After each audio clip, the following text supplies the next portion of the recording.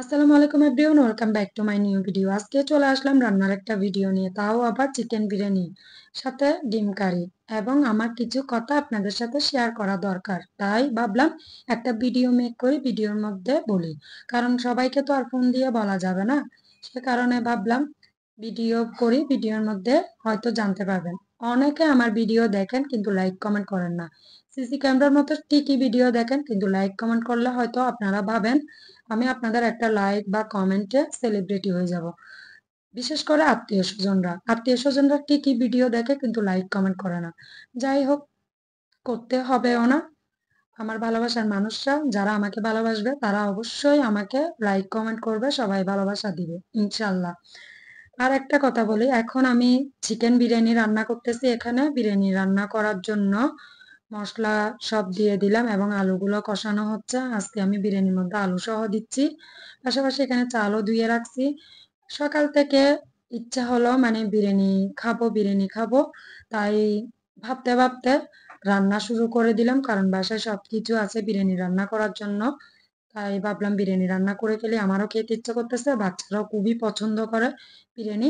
পাশাপাশি ডিম কারি হলে আরো জমে যাবে। ডিম কারিও অনেক ভালো লাগে আমার, সে কারণে। তো যে কথা সে কাজ, বিরিয়ানি রান্না করতে তো দিয়ে দিলাম, আর এদিকে ডিম কারিও রান্না করার জন্য ডিমগুলো একটু হলুদ দিয়ে আমি ভেজে নিচ্ছি। বেশি ভাজা হবে না ডিম কারির জন্য।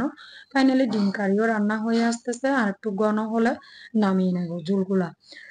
আর আপনাদেরকে বলি, আসলে আমার কন্টেন্ট ক্রিয়েট করাটা আমি খুবই পছন্দ করি এবং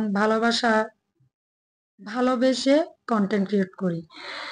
তাই অনেকে অনেক কিছু হয়তো ভাবতে পারেন, আমি আসলে আমার আত্মীয় স্বজন বলেন, বাবার বাড়ির বলেন, শ্বশুর বাড়ি বলেন, এবং কাউকে মিন করে কখনো আমি ভিডিও মেক করি না। আমার আসলে যেটা ভালো লাগে সেটা নিয়ে আমি ভিডিও মেক করি। হয়তো অনেকেরই খারাপ লাগতে পারে, কিন্তু আমি কাউকে মিন করে কোনো ভিডিও তৈরি করি না। বা আমি ফান করে তৈরি করি, বা বাচ্চাদের সাথে চ্যালেঞ্জ ভিডিও, বাচ্চাদের নিয়ে চ্যালেঞ্জ ভিডিও বানাই।